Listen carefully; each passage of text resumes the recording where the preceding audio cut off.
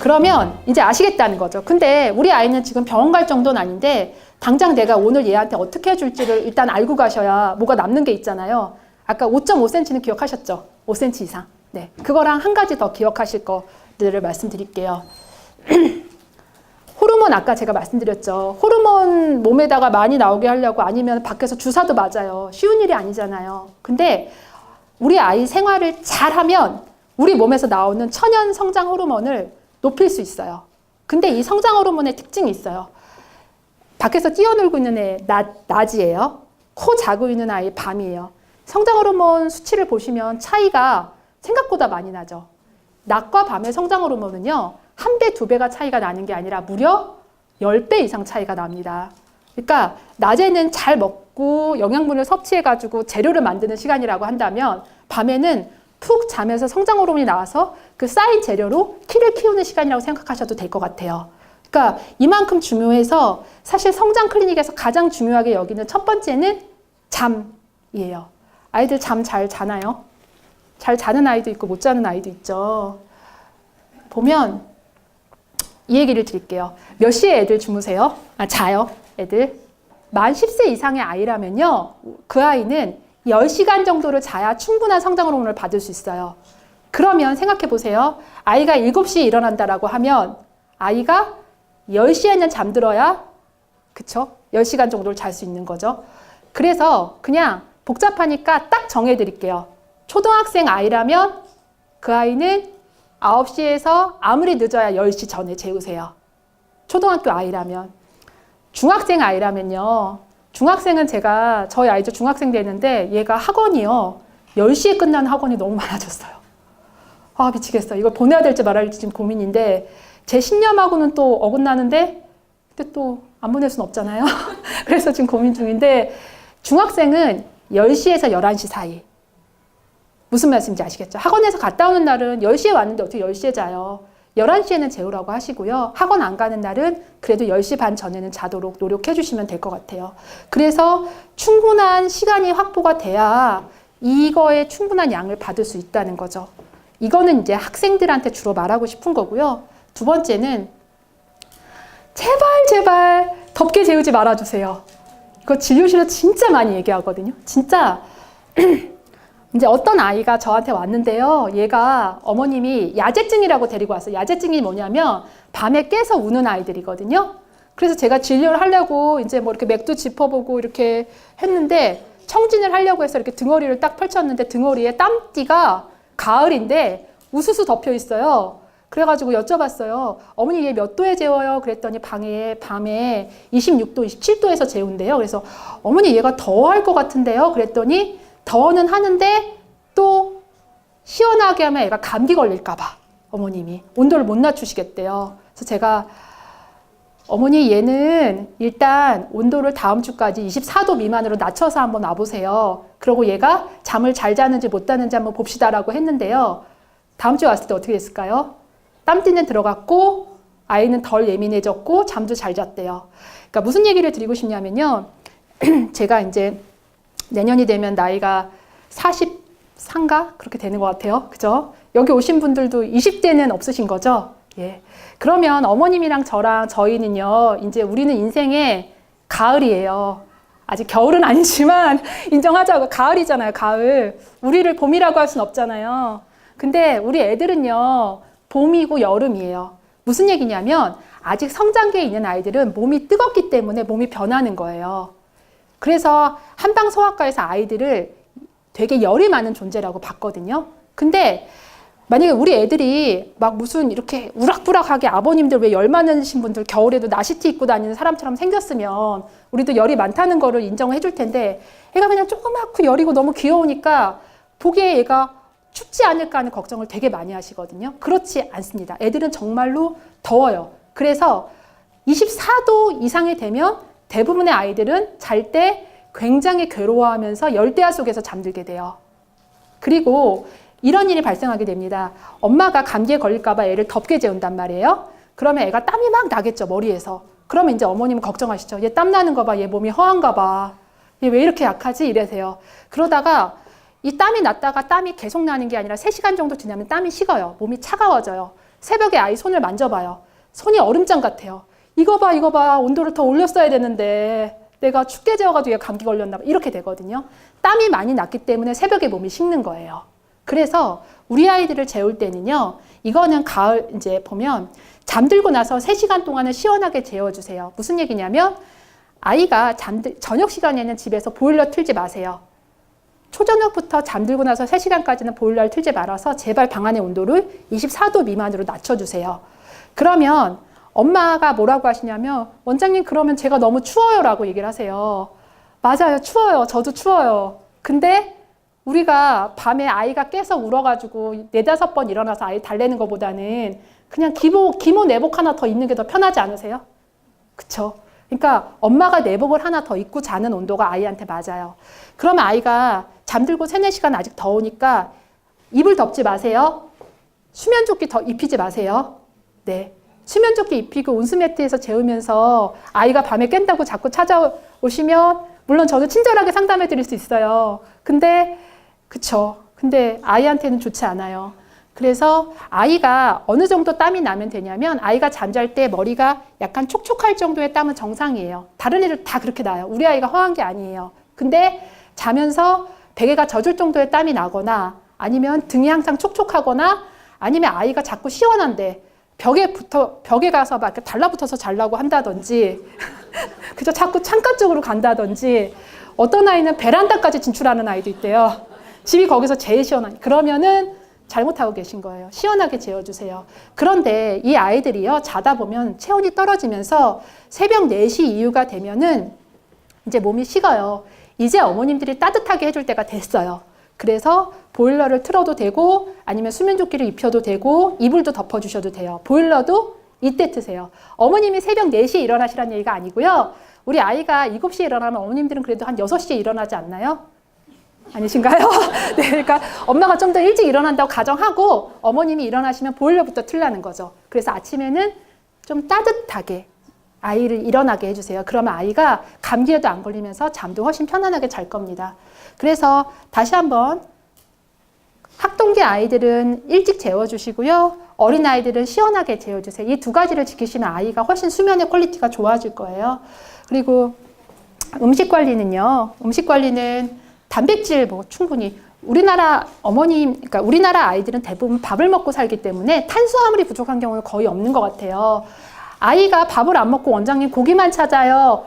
괜찮아요. 밥만 찾는 것보다 훨씬 나아요. 고기 찾으면 고기라도 먹이세요. 근데 고기 먹일 때 야채를 꼭 같이 먹이세요. 왜냐하면 단백질이 들어가도 무기질과 비타민이 있어야 이게 몸에서 제대로 쓰일 수 있거든요. 그래서 야채를 먹일 때 야채 다 싫어하죠. 애들은 야채를 보면 처음에 태어나서 야채를 보면 마치 독약처럼 생겼대요. 애들 눈에는. 그래서 20번 이상 퇴짜 맞을 생각을 하시고 적은 양부터 서서히 시도해 주시고요. 처음이 중요해요. 우리 아이 처음에 어린이집 갔을 때 제가 꼭 습관 들였으면 하는 게 있는데요. 어린이집 갔다 오면서 편의점 들리는 습관을 절대 들이지 마세요. 그러니까 애가 편의점 그러니까 어린이집 갔다 오면 왠지 좀 이렇게 짠하잖아요. 엄마는 그 사이에 좀 편했지만 뭔가 얘가 이렇게 데리고 오면은 뭔가 이렇게 좋아하는 거 하나 사주고 싶고 그래서 우연히 들어간 CU 편의점에 1번 들어가고 2번 들어가고 3번 들어가면 우리 아이는 유치원 마치고 오면 꼭 편의점에 들려야 되는 줄 알아요. 그러면 고치기 쉽지 않아요. 단맛이 나는 음식에 많이 들어가면 성장 호르몬이 낮에 잘 분비되지 않습니다. 처음이 중요해요. 처음에 잘하면 얘는 CU 편의점하고 별로 관련이 없는 애가 되는데 처음부터 유치원 끝나고 CU 편의점 들리잖아요. 나중에 사장님하고 친구 돼요. 안 들리면 사장님 무슨 일 있냐고 막 물어보시잖아요. 처음이 중요해요. 그리고 어머님들 장 볼 때 이마트에서 제발 빵이랑 과자 코너를 그냥 지나가세요. 사놓지 마세요. 처음이 중요하거든요.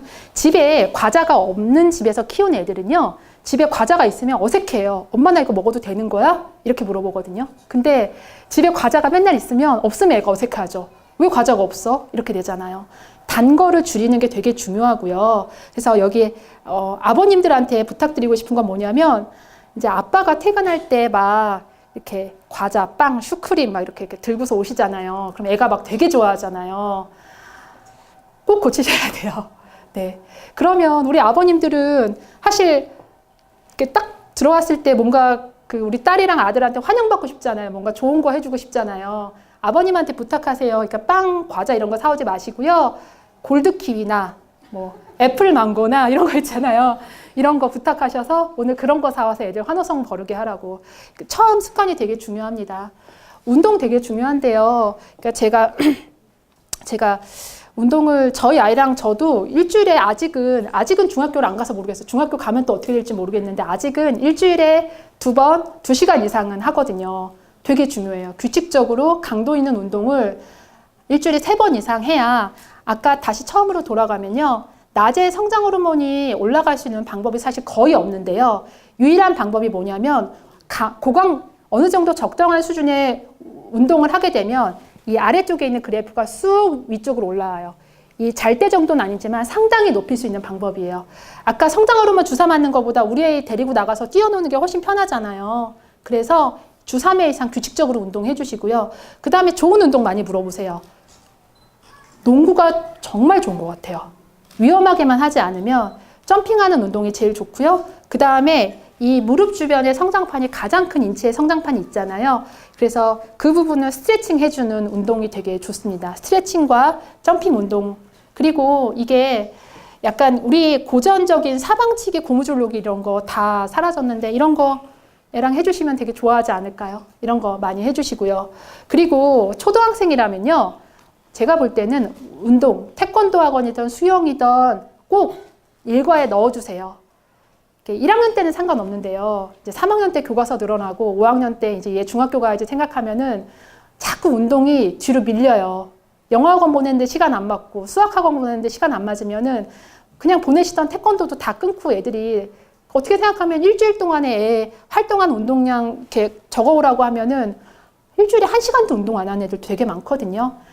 모르겠어요. 제가 초등학교 6학년인데 초등학교 6학년까지 키워본 결과로는 초등학교 때까지는 어쨌든 운동 스케줄을 꼭 일과 중에 넣어줘서 아이가 운동할 수 있도록 해주세요. 아까 말한 무릎 성장판이에요. 여기가 되게 중요한 성장판인데 이 부분이 점핑할 때, 그 다음에 스트레칭 할 때 상당히 좋은 자극을 받을 수 있습니다.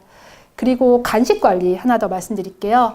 간식은요, 우리가 먹는 총 영양량의 10에서 20%면 돼요. 근데 밥을 잘 안 먹는 아이일수록 어떻게 되냐면 밥을 50% 먹고 간식으로 50% 열량을 섭취해요.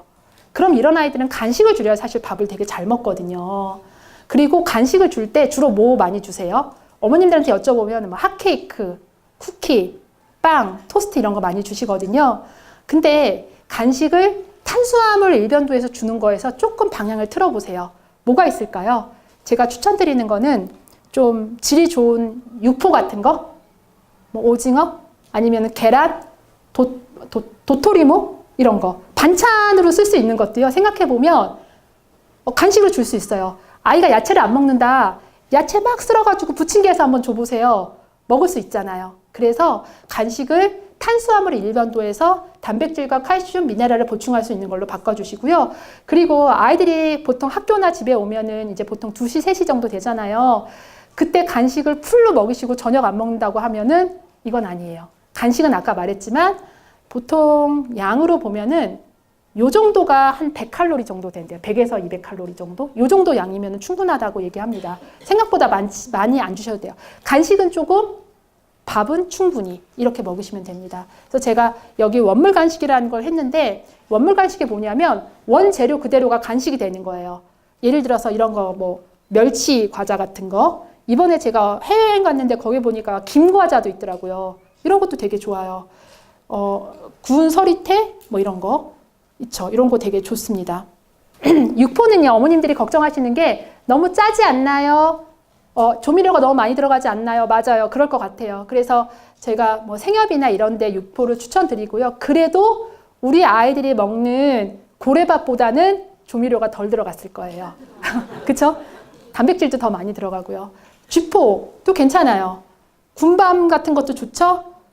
만약에 여자아이인데 성중수증이 조금 의심되고 살이 찌는 아이라면은 몸에 습을 빼주는 율무뻥튀기 같은 거 되게 좋습니다. 그쵸? 그 다음에 견과류 같은 거 아이가 특별히 알러지가 없다면 아몬드 같은 것도 되게 좋아요. 뭐 요 정도 말씀드리고요. 마지막으로 아까 제가 자는 게 제일 중요하다고 그랬잖아요. 근데 잠잘 때도 중요한데 자기 전도 잘 돼야 잠을 잘 자요. 핸드폰 얘기가 여기서 안 나올 수가 없죠. 핸드폰 얘기가 제가 처음이 제일 중요하다고 그랬잖아요. 아까 처음 어린이집이나 유치원 보낼 때 편의점 가지 않는 거 습관 잘 들여달라고 했고, 또 하나 할게요. 처음 핸드폰 사주셨을 때 습관을 잘 들여주셔야 돼요. 폴더폰이면 상관없는데요. 만약에 스마트폰을 사주셨으면 이거는요, 어머니 집에 오면 엄마한테 반납하는 게 습관이 돼 있어야 돼요. 스마트폰 왜 사주세요? 아이랑 밖에서 약속 잡을 때 어긋나지 않으려고 사주는 거잖아요. 근데 스마트폰을 사줬는데 집에 와서 얘 마음대로 손에 주면 30분이 1시간 되고 1시간이 2시간 돼요. 그리고 자기 전까지 핸드폰 보고 있으면 그 불빛이나 자극 때문에 절대 깊게 못 자거든요. 핸드폰 사용 줄여주시고요. TV 시청. 요즘에는 근데 사실 애들이 TV보다는 핸드폰이랑 유튜브 이런 걸 많이 봐서 핸드폰, 그 어른들은 카페인 때문에 잠을 못 잔다 하잖아요. 요즘 아이들은 카카오톡, 페이스북, 그다음에 인스타그램 이것 때문에 중학생들이 잠을 못 잔대요. 핸드폰은 집에 오면 엄마한테 반납해 주시고 애가 엄마랑 생각해서 할 수 있는 시간을 정하세요. 30분, 뭐 40분 이런 식으로 정해서 아이한테 습관을 들여주시고요. 마지막으로 이제 진짜 마지막이에요. 자기 전 2시간 공복이 중요합니다. 그 어머님들이 많이 실수하시는 것 중에 뭐냐면 아이가 밥을 안 먹는데 얘를 이제 밥을 먹이려고 하니까 자기 전까지 먹이시는 경우가 있거든요. 아까 제가 성장 호르몬이 잘 나오는 거는 숙면과 운동이라고 했잖아요. 반대로 성장 호르몬이 안 나오는 조건이 있어요. 뭐냐면 잠을 잘 때 배가 부른 상태에서 잠이 자면요. 잘 때는 우리 몸에서 신기하게 소화시키는 호르몬이 뚝 떨어지면서 반대로 성장 호르몬이 올라가요. 두 가지가 이런 뭐랄까 그 반대의 역할을 해주거든요. 그러니까 소화시키는 호르몬이 많을 때는 성장 호르몬은 적게 나오고 성장 호르몬이 많을 때는 소화시키는 호르몬은 적게 나오는 거죠. 근데 얘를 이제 밤에 많이 크라고 자기 전에 잔뜩 먹이고 재웠어요. 그러면 소화하는 호르몬이 확 높아지겠죠. 성장 호르몬은 나오지 않지는 않겠지만 굉장히 떨어집니다. 그래서 자기 전에는 공복으로 잠드는 게 아이의 성장에 굉장히 유리합니다. 이상입니다. 네.